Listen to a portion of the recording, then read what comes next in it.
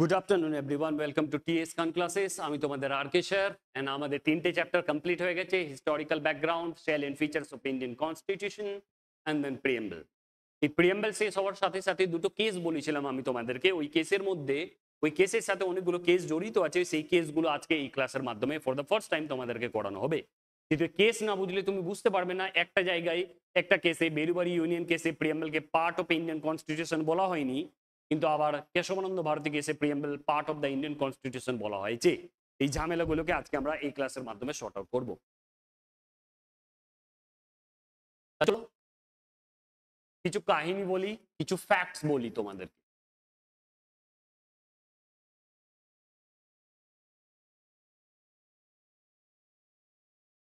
Facts এর মধ্যে first facts হচ্ছে 15th অগাস্ট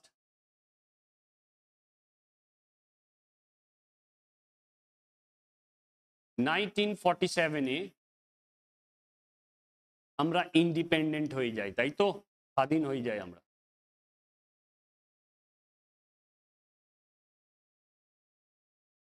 দেন 26th জানুয়ারি করে দিলাম আমি,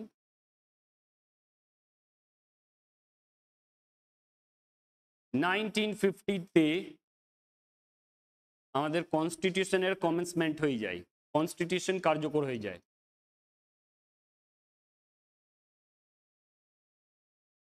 পুরো ভারতবর্ষে কমেন্সমেন্ট হয়ে যায়, তাই তো, এটা আমরা জানি। দেন এই যে 15th অগাস্ট 1947 ছিল, এই সময় মিস্টার নেহেরু, যেহেতু নেহেরুই হেড ছিলেন, মিস্টার নেহেরু মানে নেহেরুজি চেয়েছিলেন আমাদের চেয়েছিলেন কি ভারতবর্ষে যে ইনইকুয়ালিটিস গুলো আছে, যে অসামঞ্জস্যতা আছে, ধনীরা অনেক ধনী আছে, গরিবরা অনেক নিচে আছে, সেই সামঞ্জস্যতাকে সামঞ্জস্য একটা জায়গায়, ব্যালেন্সড একটা জায়গায় নিয়ে আসতে হবে, এটা আমাদের নেহেরুজি চেয়েছিলেন। তার মানে কি হলো, তার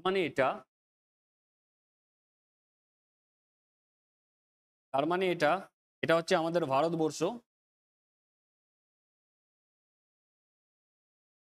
এটা হচ্ছে আমাদের ভারতবর্ষ। এই ভারতবর্ষ 1947 সালে ভারতবর্ষের এই জমি যদি ল্যান্ড হয়, এই জমি কিছু মানুষের কাছে অনেক বেশি ছিল এন্ড কিছু মানুষের কাছে কিছুই ছিল না। 1947 সালে যখন আমরা স্বাধীন হয়ে যাই, দেন যখন দেখা হয়, যেহেতু ইন্ডিয়ান ন্যাশনাল কংগ্রেসের হেড করেছিলেন নেহেরুজি, নেহেরু দেখেন কি 1947 সালে কিছু অনেক মানুষ আছে যাদের কাছে অনেক পরিমাণের জমি আছে, অনেক মানুষ আছে যাদের কাছে কিচ্ছু জমি নেই। দেন ঘটনা ঘটে আমাদের 1950 সালে আমাদের ভারতীয় সংবিধানে এসে যায়। ভারতীয় সংবিধান কি হয় আমাদের, এসে যায়, এটাকে এসে যাওয়া বললাম, কমেন্সমেন্ট বললাম। যেহেতু ভারতীয় সংবিধান এসে গেছে, এখন যাই কিছু কাজ হবে সবগুলো সংবিধানকে মেনে কাজ হবে, সংবিধানের উপর বেসড করে কাজ হবে। সেই জন্য তো আমরা রিপাবলিক পড়েছিলাম প্রিভিয়াস ক্লাসে। রিপাবলিক মানে কি, ল্যাক্স রেক্স, law is the king of the king, মানে আজ থেকে ভারতের কিং হচ্ছে ভারতীয় সংবিধান।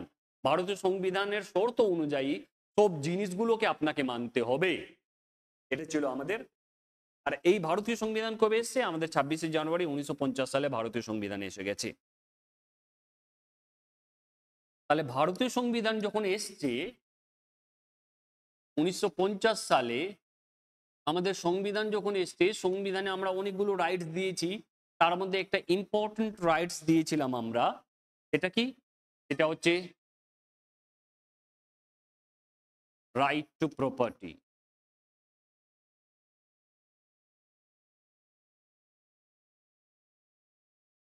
এটা দিয়েছিলাম আমরা under article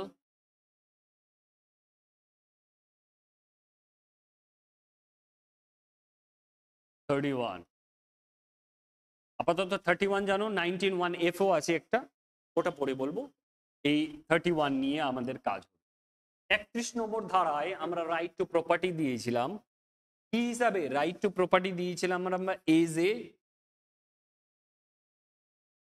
as a fundamental rights.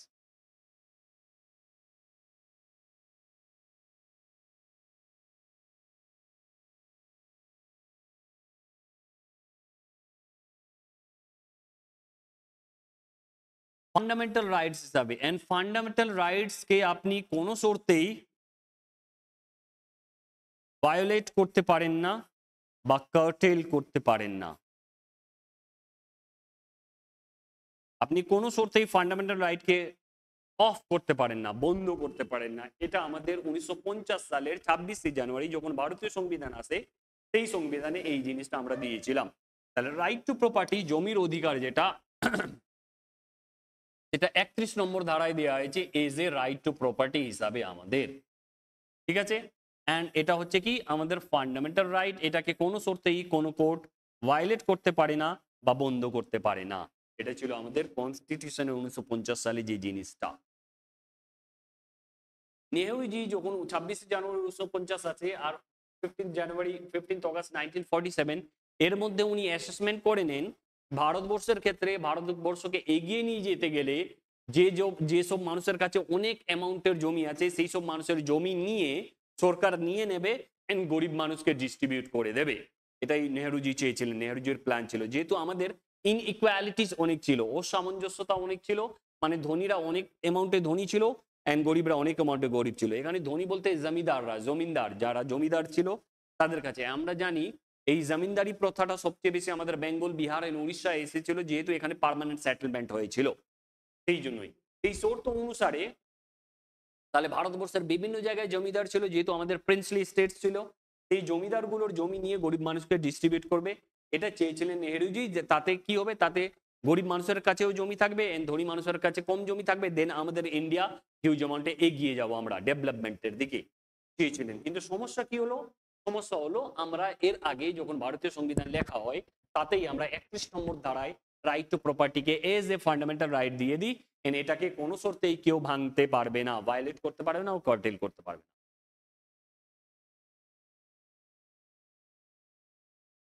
এবার কাহিনী স্টার্ট হয় 1950 সালে।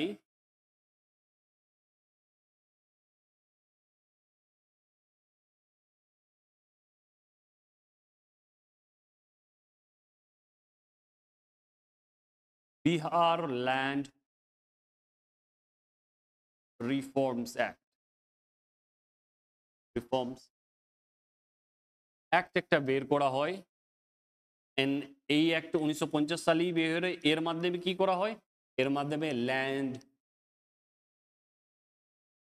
নিয়ে নেওয়া হবে, যাদের কাছে বেশি অ্যামাউন্টের ল্যান্ড আছে তাদের কাছে নিয়ে। এটা কে করলো, এরা Bihar land reform, Bihar government করলো।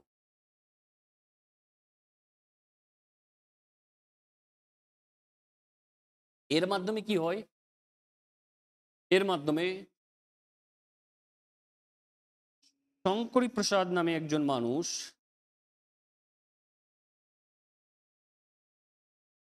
শঙ্করী প্রসাদ কেস ফাইল করে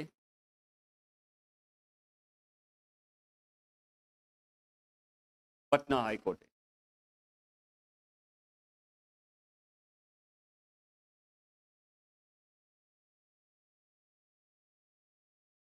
দেখুন আমার ফান্ডামেন্টাল রাইট, শঙ্করী প্রসাদ যেহেতু বিহার গভর্নমেন্ট কি করলো, বিহার ল্যান্ড রিফর্ম অ্যাক্ট 1950 সালে অন করলো। যেহেতু সরকার যদি কারো জমি নেই তো একটা নিয়ম অনুযায়ী জমি নেবে, সংবিধানকে মেনে জমি নেবে। সেই শর্ত অনুযায়ী বিহার গভর্নমেন্ট 1950 সালে বিহার ল্যান্ড রিফর্মস অ্যাক্ট একটা বের করে, ওই অ্যাক্টের মাধ্যমে বিহার গভর্নমেন্ট কি করবে, বিহারে যাদের কাছে বেশি অ্যামাউন্টের জমি আছে তাদের জমি নিয়ে গরিবদের মধ্যে ডিস্ট্রিবিউট করবে। তার মধ্যে একজন ছিলেন শঙ্কর প্রসাদ, ইনি কেস ফাইল করলেন কোথায়, কেস ফাইল করলেন পাটনা হাইকোর্টে, বিহারের হাইকোর্ট পাটনা হাইকোর্টে কেস ফাইল করলেন। কেন কেস ফাইল করলেন, কেস ফাইল এই জন্য করলেন যেহেতু ল্যান্ড আমাদের রাইট টু প্রপার্টির মধ্যে, ফান্ডামেন্টাল রাইটস এর মধ্যে আছে, রাইট টু প্রপার্টি,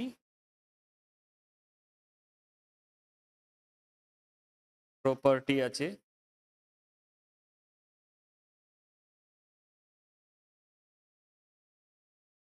প্রপার্টি আছে, আন্ডার আর্টিকেল কত 31। দেন আমরা একটু আগেই পড়লাম এই ফান্ডামেন্টাল রাইট, যেহেতু আর্টিকেল 31 আছে রাইট টু প্রপার্টি, একে কোনো শর্তেই কোনো কোর্ট বা কোনো সরকার একে বাতিল করতে পারে না। সেটাই এখানে শঙ্কর প্রসাদ কেস ফাইল করলেন পাটনা হাইকোর্টে। এবার পাটনা হাইকোর্ট কি বললো সেটা আমাদের দেখার জিনিস।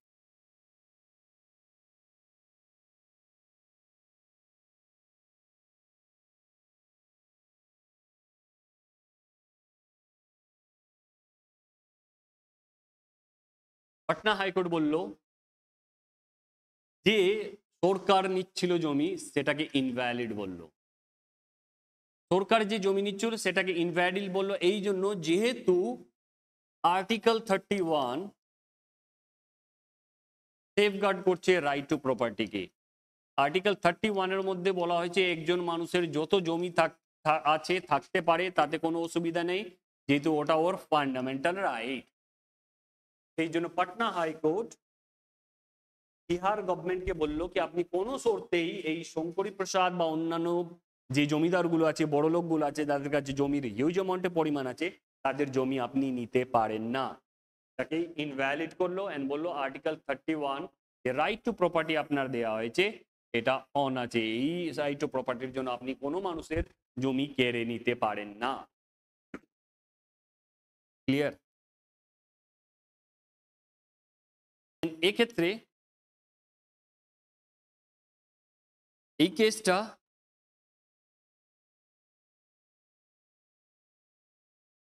শঙ্করী প্রসাদ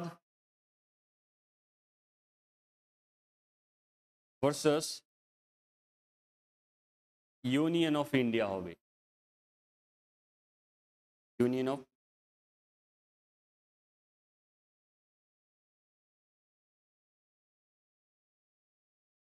ইন্ডিয়া হবে। এক্ষেত্রে তাহলে নেহেরু গভর্নমেন্ট কি করলেন?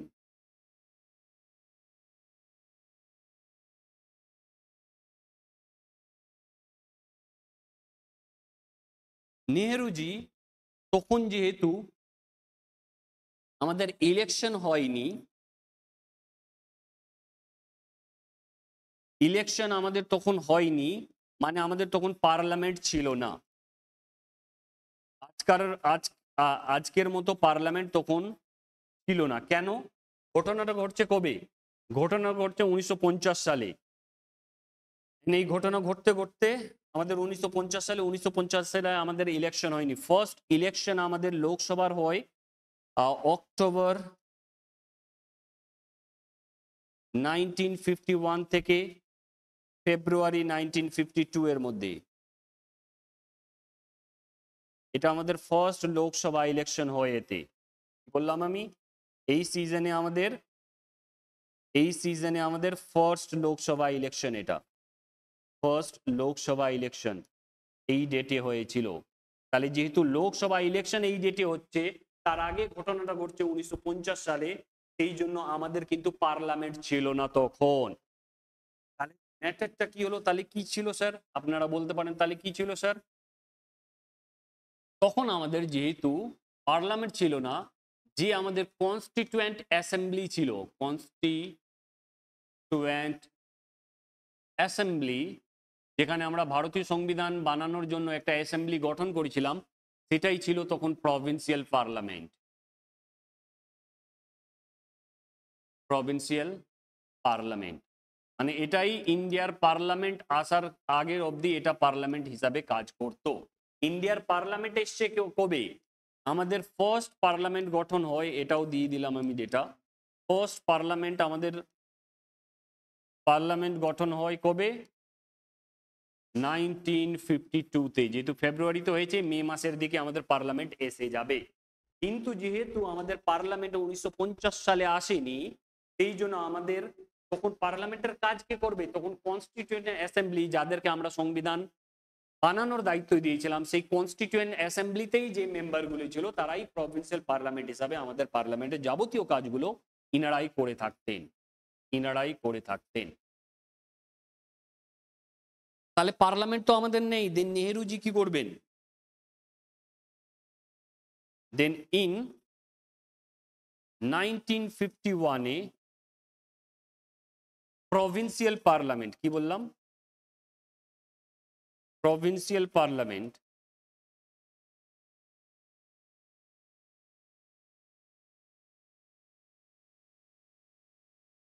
ফার্স্ট সিএএ কে পাস করে। ফার্স্ট সিএ কনস্টিটিউশনাল অ্যামেন্ডমেন্ট করে দেয়, কে করে, প্রভিন্সিয়াল পার্লামেন্ট। কেন করে, রিজনটা এটাই, যেহেতু পাটনা হাইকোর্ট এটাকে কি বলেছে, শঙ্কর প্রসাদ যখন পাটনা হাইকোর্টে কেস ফাইল করলো, পাটনা হাইকোর্ট এটাকে বলেছে আমাদের ইনভ্যালিড।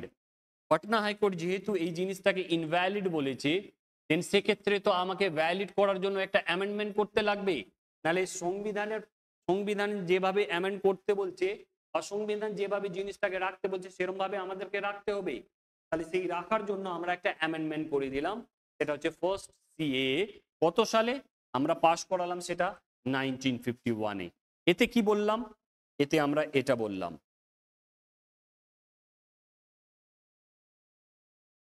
ফার্স্ট সিএ তে আমরা বললাম নো স্ক্রুটিনি। এই যে first constitutional amendment act pass হয়েছে, এটাতে কোনো স্ক্রুটনি, কোনো চেক করতে পারেন না আপনি। অ্যান্ড এর সাথে আমরা একটা 9th শিডিউল অ্যাড করলাম ইন্ডিয়ান কনস্টিটিউশনে, 9th শিডিউল অ্যাডেড। আর এই 9th শিডিউলে আমরা ল্যান্ড সম্পর্কীয় সব জিনিস দিয়ে দিলাম, ল্যান্ড রিলেটেড যত জিনিস ছিল সেটাকে আমরা এই 9th শিডিউলে অ্যাড করে দিলাম। আর বললাম, আর এই 9th শিডিউল সম্বন্ধে বললাম নো জুডিশিয়াল রিভিউ, এটাকে কোনো শর্তেই কোনো কোর্টে আপনি চ্যালেঞ্জ করতে পারেন না, এর জুডিশিয়াল রিভিউই হবে না, কোনো শর্তেই চ্যালেঞ্জ করতে পারেন না। আমি কি বলছি, পাটনা হাইকোর্টে আবার বলছি, কাহিনী শুনুন। বিহার 1950 সালে Bihar government Bihar land reform act একটা পাস করে, সেই অ্যাক্টের মাধ্যমে চায় কি বিহারে বসবাসকারী যে সব মানুষের বেশি বেশি জমি আছে তাদের জমি কেড়ে নিয়ে আর নিয়ে গরিব মানুষের মধ্যে ডিস্ট্রিবিউট করে দিতে হবে, তাতে আমাদের ভারতবর্ষের উন্নতি সাধন হবে। কিন্তু এক্ষেত্রে শঙ্করী প্রসাদ একটা কেস ফাইল করে পাটনা হাইকোর্টে, কত সালে, 1950 সালে। কিসের জন্য কেস ফাইল করে, কি আমার জমি সরকার কেড়ে নিচ্ছে। পাটনা হাইকোর্ট এই যে কেস ফাইলটা সরকার যে কেড়ে নিচ্ছে, সরকারের ওই কেড়ে নেওয়াটাকে বলে ইনভ্যালিড। আপনি কোনো শর্তেই কোনো মানুষের বেশি জমি থাকলেও কেড়ে নিতে পারেন না। দেন সেটা কেন করে, সেটা এই জন্য করে যেহেতু রাইট টু প্রপার্টির মধ্যে রাইট টু প্রপার্টি 31 নম্বর আর্টিকেলে দেওয়া হয়েছে, এটা কোনো শর্তেই কার্টেল আপনি করতে পারেন না। দেন এবার নেহেরুজি কি করবে, নেহেরুজি যেহেতু হেড তখন ছিলেন, নেহেরুজি ভাবলেন যখন সরকার হিসাবে আমি জমি নিতে পারছি না, যখন কোর্ট আমাকে বাধা প্রদান করছে, তাহলে আমাকে কনস্টিটিউশন অ্যামেন্ডমেন্ট করে নিতে হবে।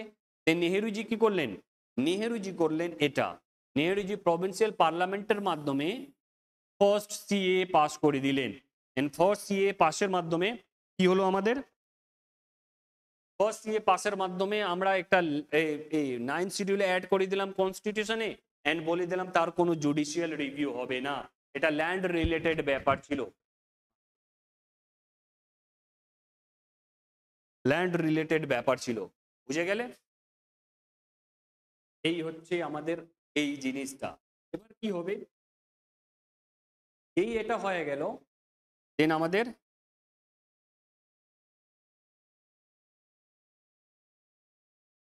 কেস আসবে supreme court of India.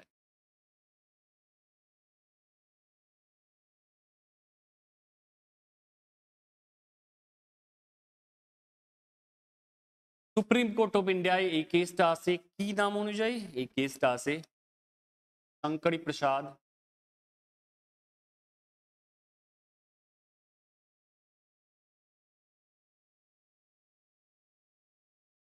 Versus union of India.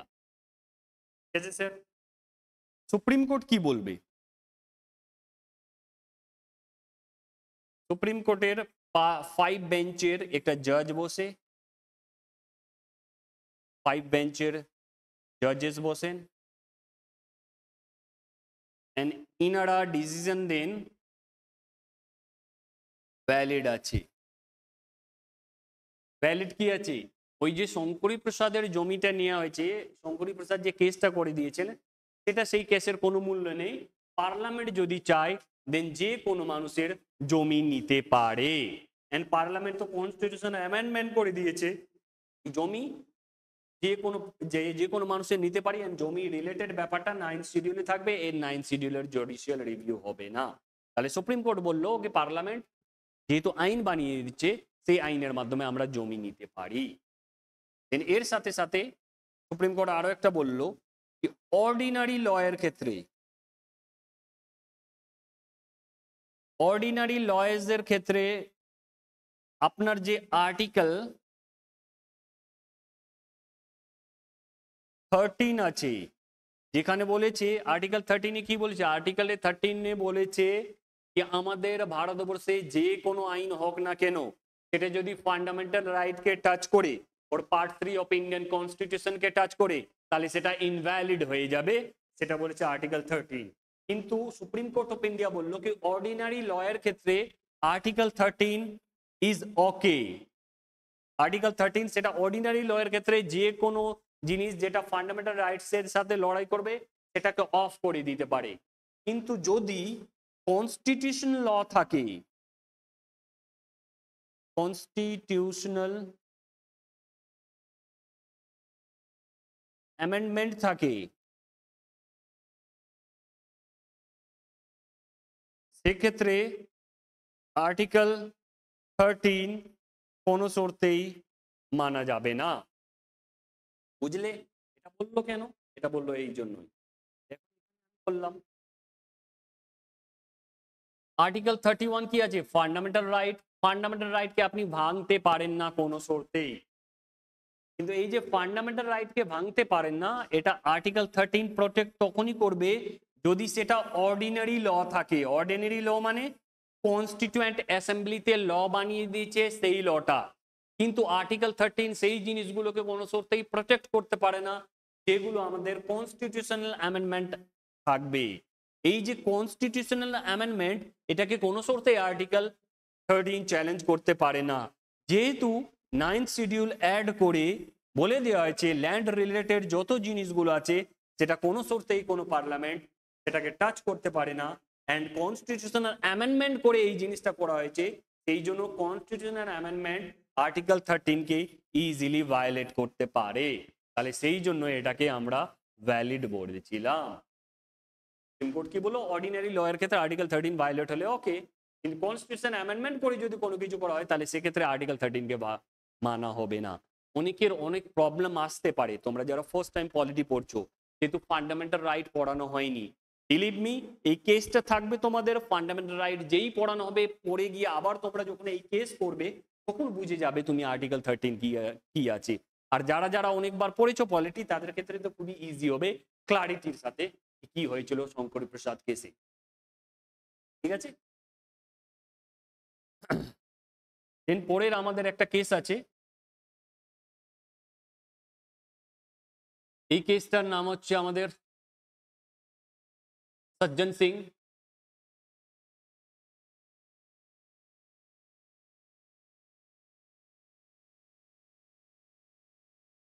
Versus state of Rajasthan.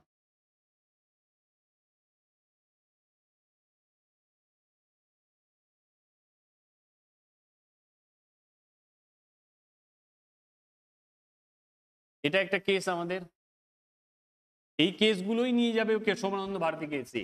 এটা যদি না বোঝায় দেন আপনি বুঝতেই পারবেন না।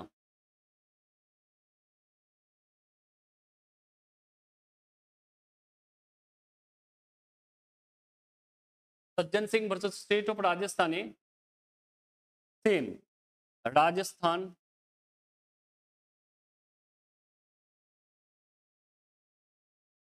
गवर्नमेंट लैंड रिफॉर्म एक्टर माध्यमे लैंड रिफॉर्म एक्टर माध्यमे ল্যান্ড নিয়ে নিচ্ছিল কোথাকার রাজস্থানের মানুষের। এক্ষেত্রে সুপ্রিম কোর্টে কেস ফাইল হয়।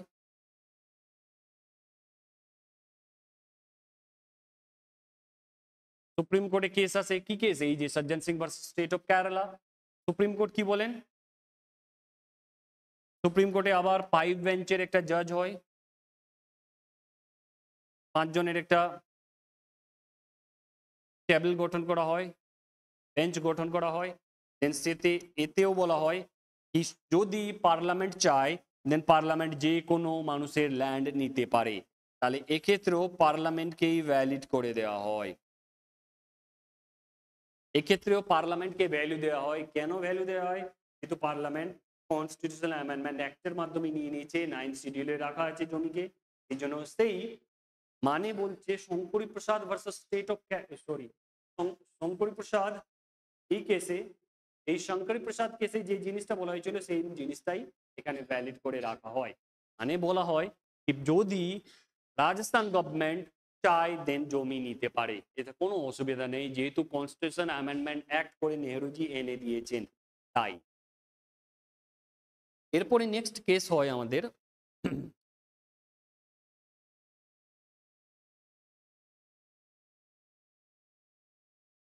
গোলকনাথ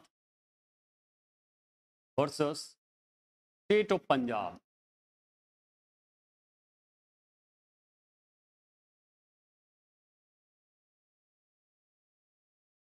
সালগুলো তোমরা দেখে নেবে, 1967 হবে হয়তো। Golaknath versus state of Punjab. Okay,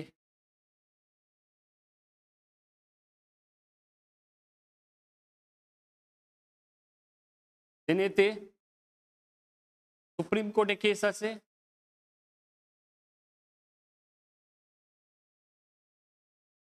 supreme কোর্টে এতে 11 বেঞ্চের জাজ 11 বেঞ্চের পাঠিয়ে দেয়, 11 বেঞ্চে পাঠিয়ে দেয় এই জাজমেন্টটাকে। এন্ড এই 11 বেঞ্চ ইনারা আবার জাজমেন্ট পাস করেন, কি পাস করেন? ইনারা পুরো উল্টোই জাজমেন্ট পাস করেন। কি পাস করেন? Parliament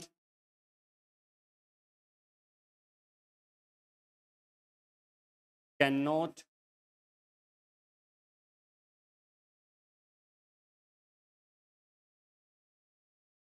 parliament cannot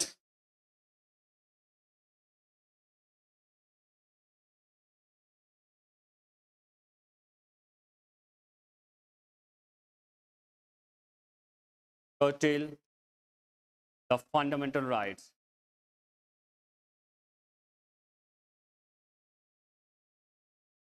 fundamental rights। এর জাজমেন্টটা হয় 6:5 6:5 মানে 6 জন বলে পার্লামেন্ট কোন শর্তেই ফান্ডামেন্টাল রাইটকে ভায়োলেট করতে পারে না, এন্ড 5 জন বলে পার্লামেন্ট ইচ্ছে চাইলে ফান্ডামেন্টাল রাইটকে ভায়োলেট করতে পারে। ফর দ্য ফার্স্ট টাইম এর আগের দুটো জাজমেন্টে বলা হয়েছিল পার্লামেন্ট যা ইচ্ছে তাই করতে পারে, পার্লামেন্ট যে কোনো মানুষের জমি নিয়ে নিতে পারে। সেই জন্য সজ্জন সিং এন্ড শঙ্করী প্রসাদ দুজনের জমি নিয়ে গরিব মানুষকে ডিস্ট্রিবিউট করে দেওয়া হয়েছিল। কিন্তু Golaknath versus state of Punjab কেসে ফর দ্য ফার্স্ট টাইম এটা 11 জন বেঞ্চের জাজমেন্ট হয়, খুবই বড় জাজমেন্ট। এতে বলা হয় কি পার্লামেন্ট কোনো শর্তেই ফান্ডামেন্টাল রাইটকে ভায়োলেট করতে পারে না। ফান্ডামেন্টাল রাইট বলতে কি এখানে? ফান্ডামেন্টাল রাইট বলতে আমাদের এখানে আর্টিকেল 31 রাইট টু প্রপার্টিকে ভায়োলেট করতে পারে না। এন্ড জাজমেন্ট হয় 6:5 অনুসারে, 6 জন বলে ভায়োলেট করতে পারে না, 5 জন বলে ভায়োলেট করতে পারে। দেন এই ঘটনা এর সাথে সাথেই আমরা আমরা আমাদেরকে এটা মনে রাখতে হবে 1966 সালে ইন্দিরা গান্ধী ভারতের প্রাইম মিনিস্টার হবে। ম্যাডাম গান্ধী ভারতের প্রাইম মিনিস্টার হয়ে যাবেন। এবার সব জিনিসগুলো ম্যাডাম গান্ধী হ্যান্ডেল করবেন। চলো এবার আমাদের মেন টপিক, যে টপিকের কথা আমরা এতক্ষণ ধরে বলছিলাম সেটাই হচ্ছে আমাদের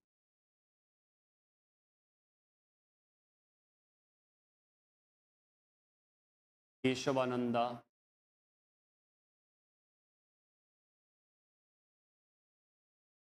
Bharati versus state of Kerala.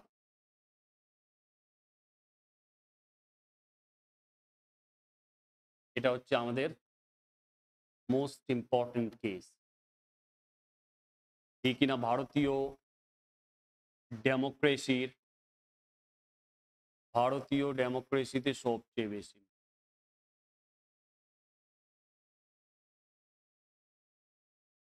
ঠিক আছে, এটা হয়েছিল কবে? 1973-তে।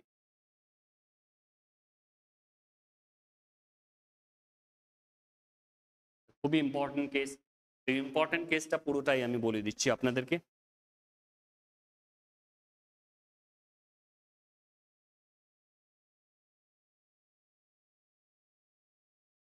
লাইন ড্র করি, এর মাধ্যমেই বলি। ফার্স্ট আমরা কি জানলাম? ফার্স্ট আমরা জানলাম কি sir,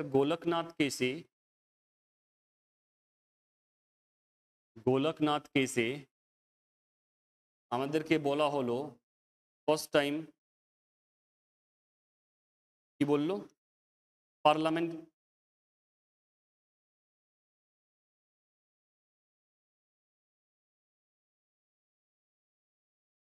can't amend fundamental rights.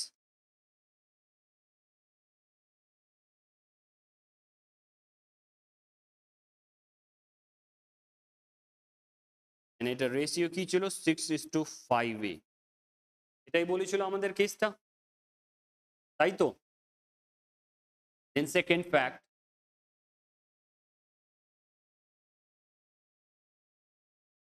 24th CAA, 25th CAA, এটা হবে 1971-এ করা, এটাও হবে 1971-এ করা, তারপর হবে 29th CAA,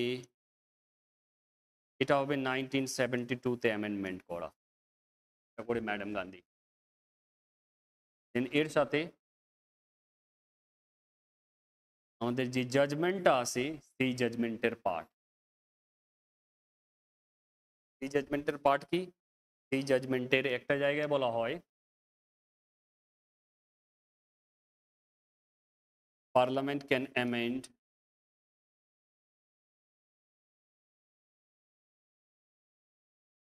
amend the constitution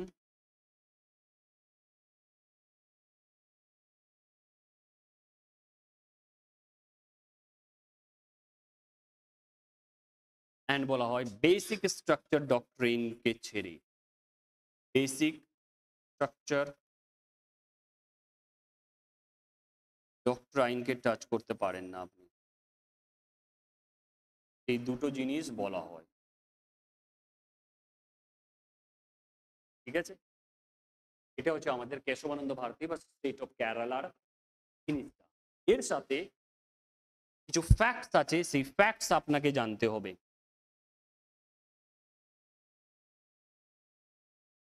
কি বললাম? কেসের কিছু ফ্যাক্টস আছে, ফ্যাক্টস গুলো কি কি সেটা আপনাকে জানতে লাগবে। ফ্যাক্টস এর মধ্যে first fact,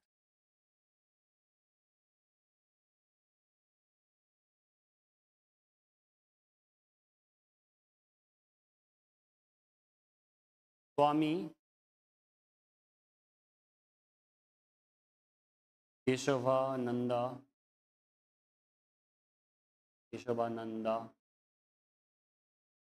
Bharati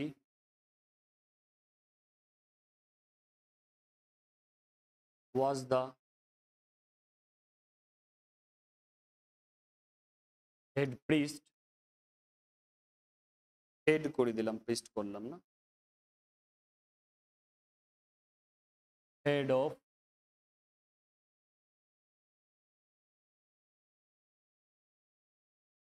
Hednir Mutt, Kasargod district, Kasargod district, Kerala.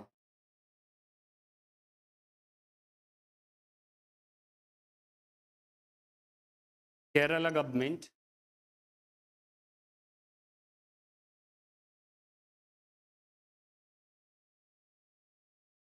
in 1963 তে ল্যান্ড অ্যাকুইজিশন অ্যাক্ট পাস করে।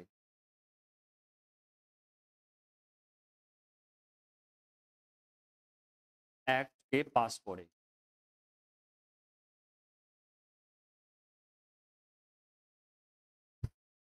এই অ্যাক্টের মাধ্যমে religiously owned ল্যান্ডকে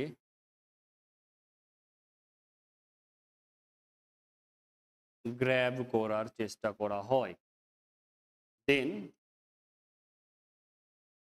in 1970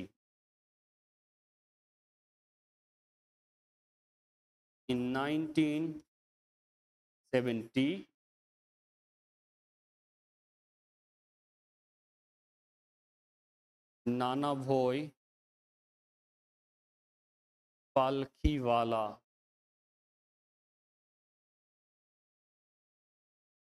convinced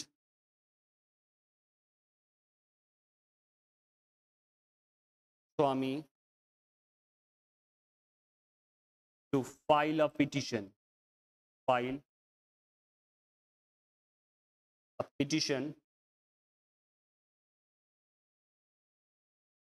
under Article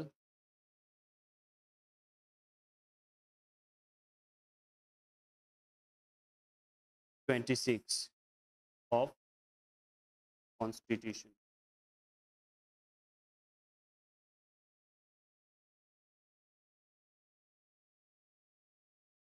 এর সাথে আরো একটা ফ্যাক্ট আপনাকে মনে রাখতে হবে। ফ্যাক্টস গুলোই দেন তারপরে আমি কেস বুঝিয়ে দিচ্ছি। ফ্যাক্টস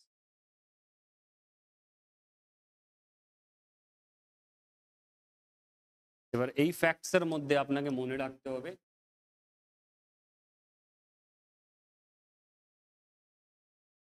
78 ডেজ চলেছিল জাজমেন্ট।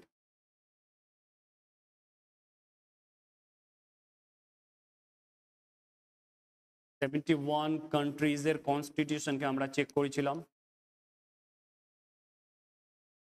অ্যান্ড 801 পেজের জাজমেন্টটা ছিল। পেজেস জাজমেন্ট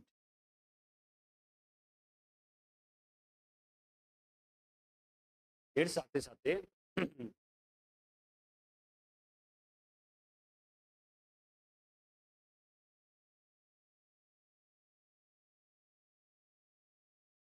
এর সাথে সাথে এই জাজমেন্ট হয়েছিল সরি 7:6 অনুপাতে। এতে বলা হয়েছিল কি পার্লামেন্ট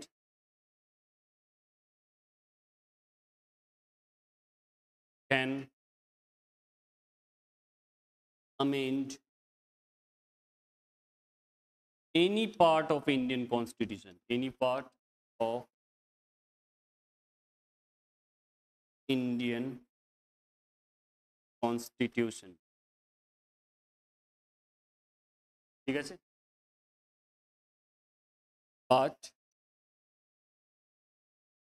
না except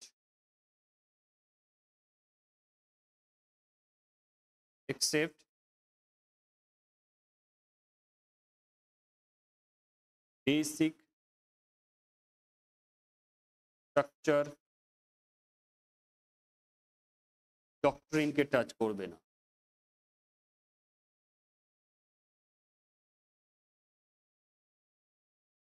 এবার কাহিনী শুনুন, সব কাহিনীগুলো বলে দিই। তাহলে আমাদের কাহিনী কি হলো? আমাদের কাহিনী হলো সবগুলো কেস সজ্জন সিং, শঙ্করী প্রসাদ, সজ্জন সিং এন্ড গোলকনাথ কেসের মাধ্যমে যে ঝামেলাগুলো চলছিল, জমির ঝামেলাগুলো, শঙ্করী প্রসাদ কেসে পাটনা হাইকোর্ট বলো জমি কেড়ে নিতে পারে না, দেন কনস্টিটিউশনাল অ্যামেন্ডমেন্ট করে বলে দেয় পাটনা সুপ্রিম কোর্ট বলে দেন না জমি কেড়ে নিতে পারে পার্লামেন্ট যদি কনস্টিটিউশন অ্যামেন্ডমেন্ট অ্যাক্ট করে। দেন সেরকম ভাবে সজ্জন সিং কেসেও বলে কি বলে সুপ্রিম কোর্ট কি পার্লামেন্ট জমি কেড়ে নিতে পারে যেহেতু পার্লামেন্ট অ্যামেন্ডমেন্ট অ্যাক্টের মাধ্যমে আসছে।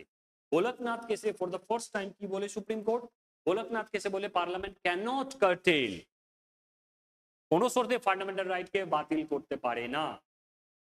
এরপরে আমাদের আছে কেশবানন্দ ভারতী কেস। এই Kesavananda Bharati case versus state of Kerala 1973 সালে হয়। এই 73 সালের আগের ঘটনা আমরা জানি কি গোলকনাথ কেসে কি বলে দিয়েছে, can't amend, parliament can't amend fundamental rights বলে দিয়েছে। এন্ড এটা 11 বেঞ্চেস জাজেস ছিল, 6 জন বলেছিল অ্যামেন্ড করতে পারে না, 5 জন বলছে অ্যামেন্ড করতে পারে। এর সাথে সাথে যেহেতু 1966 সালে আমি বললাম 1966 সালে madam Gandhi prime minister of India হয়ে গেছেন, দেন এই ঘটনাটা অ্যামেন্ডমেন্ট গুলো করছেন উনি, এই অ্যামেন্ডমেন্ট গুলো করছেন, এই অ্যামেন্ডমেন্ট, এই অ্যামেন্ডমেন্ট, এই অ্যামেন্ডমেন্ট। এই অ্যামেন্ডমেন্ট 1971 করলেন কেন? এই জন্য করলেন যেহেতু এখানে 1970 সালে নানা ভয় পালকিওয়ালা নামে একজন এমিনেন্ট জুরিস্ট, তখনকার যুগে সবচেয়ে ফেমাস লয়ার ছিলেন, উনি স্বামী কেশবানন্দ ভারতীকে কনভিন্স করেছিলেন কি আপনি আর্টিকেল 26 এর মাধ্যমে একটা পিটিশন ফাইল করতে পারেন, কোথায়? সুপ্রিম কোর্ট অফ ইন্ডিয়ায়, এন্ড আপনার কেসটা আমি লড়বো। কোন সালে? 1970 সালে বলছে। 1970 সালটা খুবই ইম্পর্টেন্ট। যেই ম্যাডাম গান্ধী শুনলেন যে 1970 সালে নানাভাই পালকিওয়ালা এই কেশবানন্দ ভারতীকে রিপ্রেজেন্ট করবে কোথায়? সুপ্রিম কোর্ট অফ ইন্ডিয়ায়, সঙ্গে সঙ্গে ম্যাডাম গান্ধী কি করলেন? চেঞ্জ করলেন ভারতীয় সংবিধানের ক্ষেত্রে, 3টে চেঞ্জ করলেন, 24th, 25th এন্ড 29th। সালটা দেখে নিন, 1971, 1972। কেন করছেন? এই জন্য যেহেতু 1970 সালে নানাভাই পালকিওয়ালা যেহেতু হাত দিয়েছেন, সবাই জানে নানাভাই পালকিওয়ালা খুবই বড় একজন লয়ার, কোনো শর্তেই কিন্তু হার মানবেন না। সেই জন্যই সঙ্গে সঙ্গে কনস্টিটিউশন অ্যামেন্ডমেন্ট করলেন ম্যাডাম গান্ধী, যাতে ওর যে ল গুলো আছে, যে জমিদারি ল গুলোকে ভায়োলেট করছেন উনি, সেটা যেন বেঁচে যায়। And 24th CA 1971, 24th CA 1971 and 29th CA 1972। এই সিএ গুলো বলছে কি, এই সিএও বলছে কি, সেটা আপনাকে জানতে হবে, সেটা আপনাকে লিখে দিচ্ছি। 24th CAA কি বলছে? 24th CAA বলছে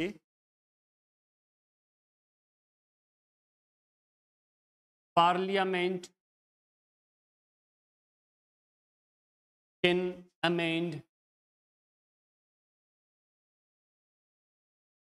any part of the Constitution।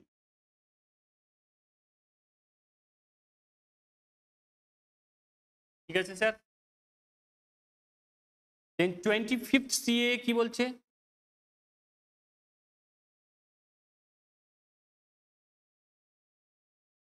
25th CA বলছে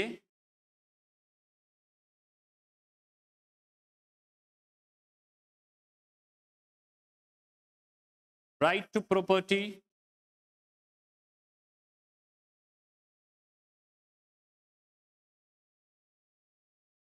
can be curtailed।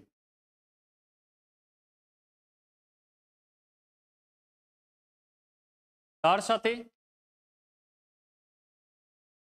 29th CA কি বলছে? এই যে দুটো জিনিস করলাম, এই দুটো জিনিসই 9th শিডিউলে রেখে দিয়েছি আমি। 9th শিডিউলের ম্যাটার আছে। এবার 9th শিডিউল মানে কি? No judicial review. কোনো সুপ্রিম কোর্ট, কোনো হাইকোর্ট এটাকে চ্যালেঞ্জ করতে পারে না, এটাকে চেক করতে পারে না। No judicial review. ঠিক গেলেন? তাহলে আমরা কি বুঝলাম? আমরা এটা বুঝলাম স্যার, এই যে ম্যাডাম গান্ধী এখানে 24th CA, 25th CA, 29th CA করেছিলেন 1972, 1971, 71-এ। কেন করেছিলেন? এই রিজনের জন্য। যেহেতু 24th CA কি কেন করেছেন ম্যাডাম গান্ধী? 24th CA এর মাধ্যমে বলেছে কি পার্লামেন্ট যখন ইচ্ছা, যা ইচ্ছা ভারতীয় সংবিধানের চেঞ্জ করতে পারে। 25th CA তে কি বললেন? যে জমির অধিকার আছে সেটাকে আমি ছোট করতে পারি, কার্টেল করতে পারি, বন্ধ করে দিতে পারি। এন্ড 29th CA বলছে এই যে জমির ব্যাপারটা পুরোটাই 9th শিডিউলে দিয়েছি, এন্ড 9th শিডিউলে নেহেরু গভর্নমেন্টের সময় থেকে বলা হয়েছে এর কোনো জুডিশিয়াল রিভিউ হবে না, এটা কোনো সুপ্রিম কোর্ট, কোনো হাইকোর্ট কোনোদিনও চ্যালেঞ্জ করতে পারে না, এটাকে কোনো শর্তেই চেঞ্জ করতে পারে না। এটাই, এই জন্যই এই 3টে অ্যামেন্ডমেন্ট করেছিলেন ম্যাডাম গান্ধী। ঠিক আছে। দেন পার্লামেন্ট ক্যান অ্যামেন্ড, এখানে একটা টপিক আছে, এটা আমি লাস্টের দিকে বলছি। দেন তারপরে এবার ফ্যাক্টস আছে। কে ছিলেন স্বামী কেশবানন্দ ভারতী? স্বামী কেশবানন্দ ভারতী ছিলেন হেড অফ এডনির মঠ। আমাদের যেমন বেলুর মঠ আছে, কেরালায় এডনির মঠ ছিল কোথায়? কেরালার কাসারগোড ডিস্ট্রিক্টে, কেরালায়। ওই এডনির মঠের হেড ছিলেন স্বামী কেশবানন্দ ভারতী। কেরালা গভর্নমেন্ট 1963 সালে একটা ল্যান্ড অ্যাকুইজিশন অ্যাক্টের মাধ্যমে ওই মন্দিরের বা মঠের জমিগুলোকে কেড়ে নিতে চেয়েছিল। সেই জন্য স্বামী কেশবানন্দ ভারতীকে নানা ভাই পালকিওয়ালা 1970 সালে কনভিন্স করে কি আপনার কেসটা আমি লড়বো, আমি রিপ্রেজেন্ট করবো সুপ্রিম কোর্ট অফ ইন্ডিয়ায় আন্ডার আর্টিকেল 26 এর মাধ্যমে। আপনি ভয় করবেন, আপনি আসুন আমার সাথে, আমরা এই কেসটা জিতবই। আর্টিকেল 26 কি বলে? আর্টিকেল 26 বলে right to manage religious affairs. একজন মানুষ নিজের ধর্মীয় ব্যাপারগুলোকে ইজিলি হ্যান্ডেল করতে পারে, সলভ করতে পারে, তাতে কোনো কনস্টিটিউশন কোনো বাধা দেবে না, যেহেতু এটা রাইটই দেওয়া হয়েছে। এটা আছে আমাদের। দেন তাহলে এই কেসটা কি 78 দিন এই কেসটা চলে। 71টা কান্ট্রি, 71টা দেশের সংবিধানকে আমরা চেক করি এন্ড 801 পেজের জাজমেন্টটা হয়। জাজমেন্টটা 7x6 এ হয়। 7 জন বলে ইয়েস এন্ড 6 জন বলে নো। 6 জন ইন্দিরা গান্ধীর সাপোর্টে ছিলেন এন্ড 7 জন chief justice of India justice সিকরির সাপোর্টে ছিলেন, সুপ্রিম কোর্টের সাপোর্টে ছিলেন। এতে কি বলা হয়? এই জাজমেন্টে বলা হয় পার্লামেন্ট যে কোনো শর্তে অ্যামেন্ড করতে পারে ইন্ডিয়ান কনস্টিটিউশনের, কিন্তু বেসিক স্ট্রাকচার ডক্ট্রিনকে টাচ করতে পারে না।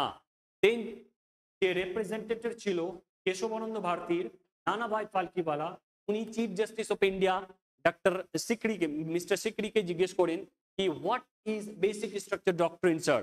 দেন যে চিফ জাস্টিস অফ ইন্ডিয়া ছিলেন তার সাথে যে জাজমেন্ট ছিল তিনি বলেন আচ্ছা এটা, এই জাজমেন্টটা ছিল 13 জনের, 13 বেঞ্চ।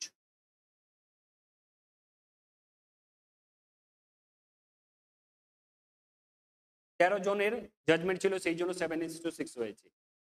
এবার এখানেও আমি দেখিয়েছি আপনাকে, এখানেও দুটো পয়েন্ট আছে। Parliament can amend Indian constitution and basic structure doctrine, এটাও আছে। আপনি তো এখানে দেখে নিলেন স্যার, এখানে তো আপনি লিখে দিয়েছেন কি parliament can amend any part of Indian constitution, and এখানেও ছিল সেটা। এটা বুঝে গেলাম স্যার, বেসিক স্ট্রাকচার ডক্ট্রিন কি সেটা বুঝান, সেটাই এবার বোঝাতে লাগবে আমাকে, সেটাই এবার বুঝুন আপনারা। যেই বলল, কি বলল? বেসিক স্ট্রাকচার ডক্ট্রিন কি? বেসিক স্ট্রাকচার ডক্ট্রিন কি? ডক্ট্রিন কি সেটাতে এস এম সিকরি বললেন, যিনি সিজিআই ছিলেন, চিফ জাস্টিস অফ ইন্ডিয়া তখন ছিলেন এস এম সিকরি। ওনার নাম ছিল এস এম সিকরি।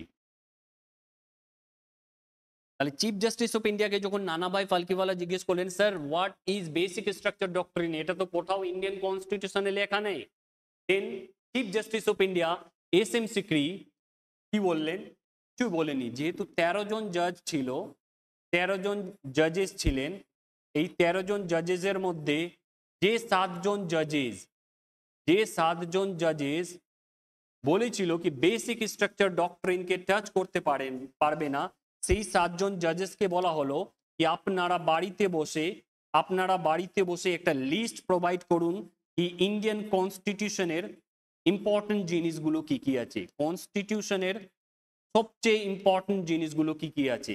ইম্পর্টেন্ট জিনিসগুলো মানে সবচেয়ে ইম্পর্টেন্ট, মানে যেগুলো ছাড়া ইন্ডিয়ান কনস্টিটিউশন চলতে পারে না, সেই জিনিসগুলো আপনারা একটা লিস্ট করে আমাকে পাঠিয়ে দিন। কারা? 7 জন জাজেসকে। কেন 7 জন জাজেস? যেহেতু 6 জন জাজেস এখানে নো বলেছে, 7 জন যারা ইয়েস বলেছে তাদেরকেই এই লিস্টের কথা বলা হয়েছে। বুঝলেন? তাহলে এই লিস্টটা কি ছিল? এই লিস্টটা এবার দেখে নিন, একজনের দেখিয়ে দিচ্ছি, বাকি জনের আপনারা সার্চ করে নেবেন। এস এম সিকরি স্যার যে লিস্ট প্রোভাইড করেছিলেন সেই লিস্টের মধ্যে কি কি ছিল? সেই লিস্টের মধ্যেই জিনিস ছিল সুপ্রিমেসি অফ দ্য কনস্টিটিউশন, কনস্টিটিউশনই শেষ কথা, তার উপরে কারো কিছু চলবে না। Democratic and republic form of government, democratic and republic form of government.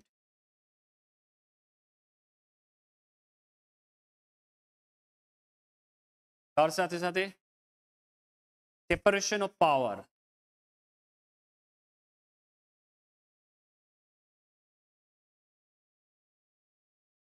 separation power মানে কি? Judiciary,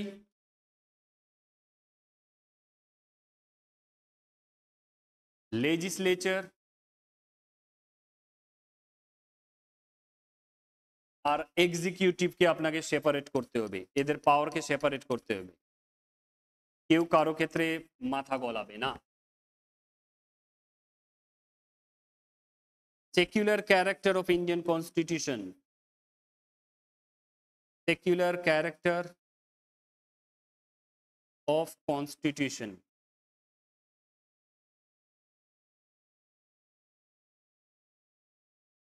then federal form of government, federal character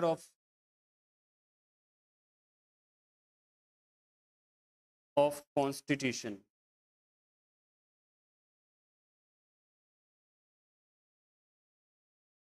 এটা এসএমসি ক্রিশার এই ইম্পর্টেন্ট জিনিসগুলোকে লিস্টে করে নিয়ে আসেন, বলেন এটা আমাদের ভারতীয় সংবিধানের ক্ষেত্রে খুবই ইম্পর্টেন্ট। ইনি কে ছিলেন?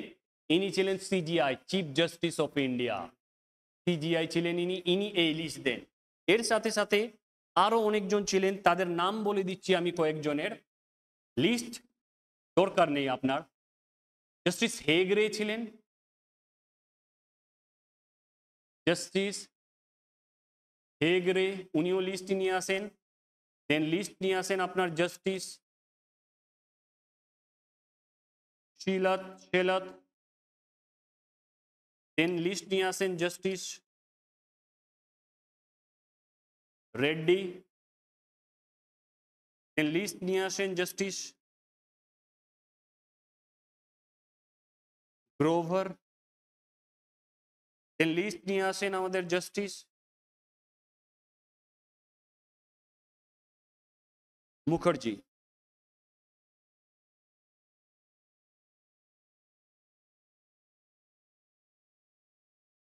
আরো একজন আছেন, নামটা মনে পড়ছে না, 2 3 4 5 6 আরো একজন আছে।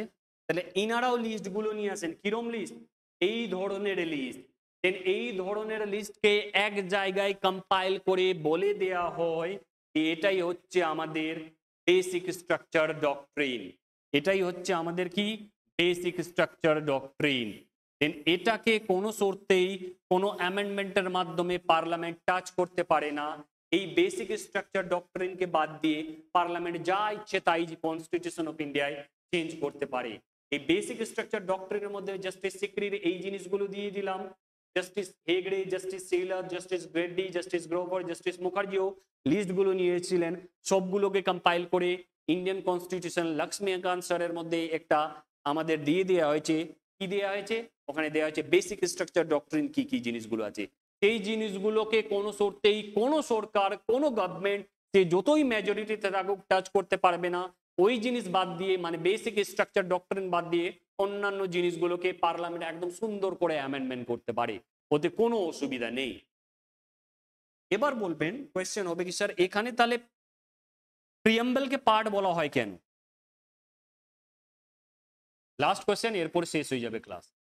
এখানে তাহলে কেন বলা হয় প্রিয়াম্বলের? এখানে কি ঝামেলা আছে? Preamble is a part of Indian constitution,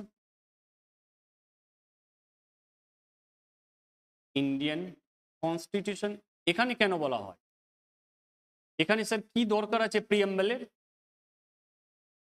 এর এর এর অ্যান্সারে আপনি আশ্চর্য হয়ে যাবেন। এর অ্যান্সারে দুটোই কিওয়ার্ড আছে। একটা আছে আপনার রিপাবলিক,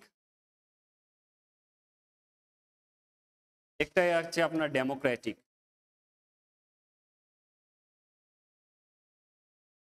আপনাকে পড়ানো হয়েছিল ডেমোক্রেটিক কি, ডেমোক্রেটিক হচ্ছে ইনডাইরেক্ট ইলেকশনের মাধ্যমে প্রাইম মিনিস্টার অফ ইন্ডিয়া ভারতে আসবেন, এন্ড ওই প্রাইম মিনিস্টার অফ ইন্ডিয়া আর council of minister of India ভারতীয়দের হয়ে নতুন নতুন আইন নিয়ে আসবেন আর ভারতীয়দের হয়ে কাজ করবেন।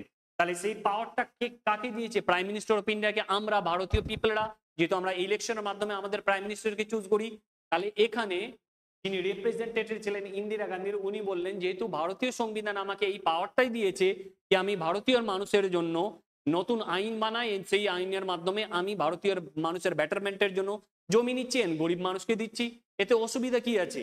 দেন সুপ্রিম কোর্ট অফ ইন্ডিয়া বলে আপনার যদি ওই পাওয়ারটা থাকে তাহলে আমারও রিপাবলিক পাওয়ারটা আছে। রিপাবলিক পাওয়ার মানে আমাকেও ভারতীয় সংবিধান পাওয়ার দিয়েছে কি সংবিধান যাতে মেনটেন হয় ভারতবর্ষে, সেই জিনিসটা আমাকে দেখার।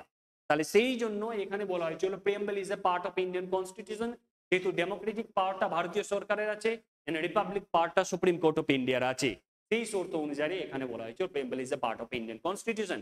কিন্তু বেরুবাড়ি ইউনিয়নে preamble is not part of Indian constitution কেন বলা হয়েছিল, পরের দিন কেসের মাধ্যমে আপনাকে বুঝিয়ে দেওয়া হবে। আপাতত আপনার এটা হচ্ছে কেশবানন্দ ভারতী কেস। এই কেসটা সুন্দর করে আপনারা দেখে নেবেন, বারে বারে দেখবেন, যেহেতু আমি বলে দিলাম সব ফ্যাক্ট গুলো এত সুন্দর করে সাজিয়ে আমি লিখে দিলাম। তাহলে সবাই আপনার কমেন্ট সেকশনে কমেন্ট দেবেন, এবং যারা ফার্স্ট টাইম ইন্ডিয়ান কনস্টিটিউশন পড়ছেন এই কেস দেখে ঘাবড়ে যাবেন না। যখন আপনার 2বার 3বার Indian polity Lakshmikant series complete হয়ে যাবে, তখন আপনি কেসগুলোকে খুব সুন্দরভাবে বুঝতে পারবেন কোথায় কিরম ভাবে কেস হয়। এন্ড যারা অনেকবার দেখেছেন, অনেক জায়গায় দেখেছেন, এই কেস আপনাকে দিয়ে দিলাম। এখান থেকে মেন্সে অনেকগুলো পরীক্ষা আসে, আপনি এসে লেখার ক্ষেত্রে, বাংলা আর ইংলিশে লেখার ক্ষেত্রে এটা আপনার কাজে দেবে। বারে বারে এই ভিডিওটা আমি কি ভিডিওতে বলেছি বারে বারে রিপিট করে দেখবে, বারে বারে দেখবে, দেন সব কোয়েশ্চেনের ক্লারিটি আপনি পেয়ে যাবেন। I hope picture is clear. Then এটাই ছিল আমাদের কেশবানন্দ ভারতী কেস, যার মাধ্যমে ইন্ডিয়ান ডেমোক্রেসিকে এই কেসটা সেভ করেছিল। এখানেই আমাদের বেসিক স্ট্রাকচার ডক্ট্রিন দেওয়া হয়েছিল, এখানেই বলে দিয়েছিল পার্লামেন্ট যা ইচ্ছে তাই করতে পারে, কিন্তু বেসিক স্ট্রাকচারকে চেঞ্জ করতে পারে না। বেসিক স্ট্রাকচার কোন জিনিসগুলো সেটাও আমি লাস্টে S M Sikri sir and তার সাথে জাস্টিস গ্রোভারদের এই লিস্টটা বলে দিচ্ছি। লক্ষ্মীকান্তের মধ্যে একটা চ্যাপ্টারে আছে বেসিক স্ট্রাকচার ডক্ট্রিন, ওখানে আপনারা দেখে নেবেন, দেন সুন্দর করে বুঝে যাবেন। সবাই আপনি খুব সুন্দর করে রিভিউজ দিন, ভালো থাকুন, সুস্থ থাকুন, এন্ড ক্লাসগুলোকে শেয়ার করুন। Have a good day.